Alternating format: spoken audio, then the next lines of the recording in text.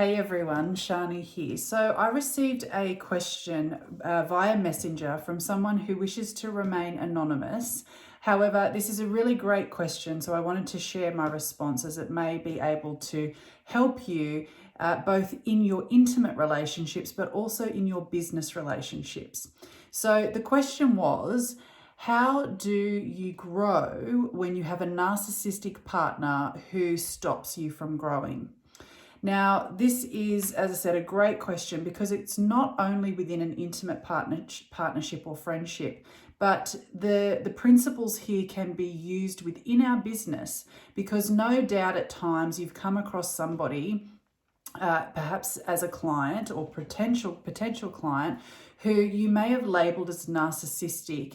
And so if we know how to work with this person, then not only do we get to grow as an individual, but we also get to grow and flourish within the relationship, whether that's intimate relationship, friendship, or business partnership.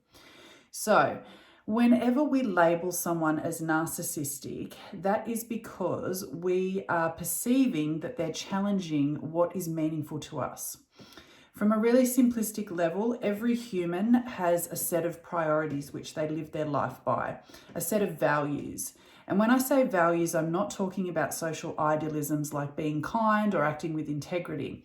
I'm talking about a set of priorities of things that are most meaningful to least meaningful to each of us as an individual. Now, this study of human values goes back to ancient Greeks when they discovered both axiology and teleology. Axiology being the set of values within a social structure or an individual, and teleology being the purpose, the end in mind.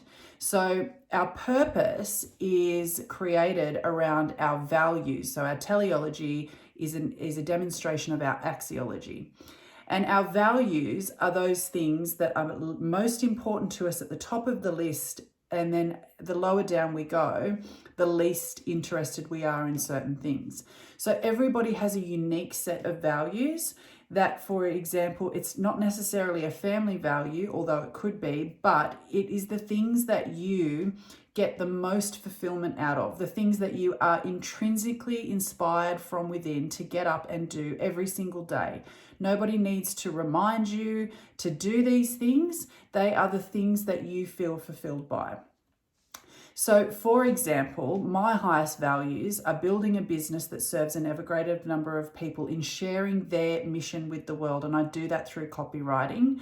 And then under that is writing. And, then I've got a few more underneath. So it's wise for us to look at what our life demonstrates. Where do you spend your most amount of time, energy, and money? And where do you feel most fulfilled?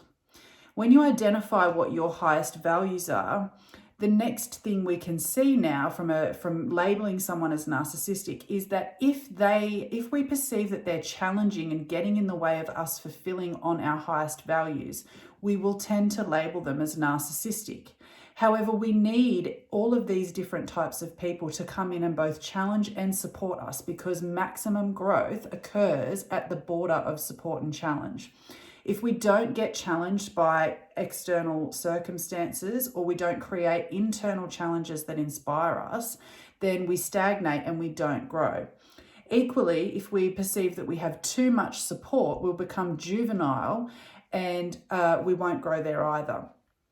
So the narcissist, or the person that we label as narcissistic, actually plays a vital role in our ability to grow.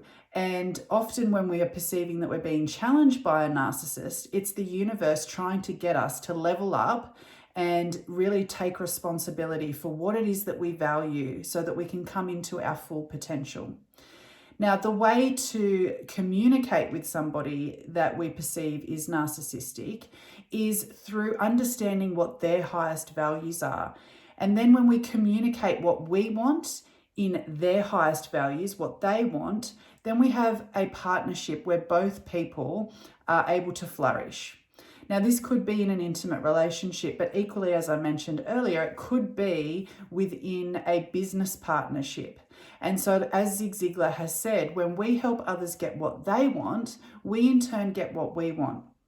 Now, from a content and a copy perspective, from a client attraction perspective, if you can understand your ideal client and what is valuable and meaningful to them, and then shape your copy and your content around that, you're going to have the highest probability of attracting clients because they feel understood and heard by you.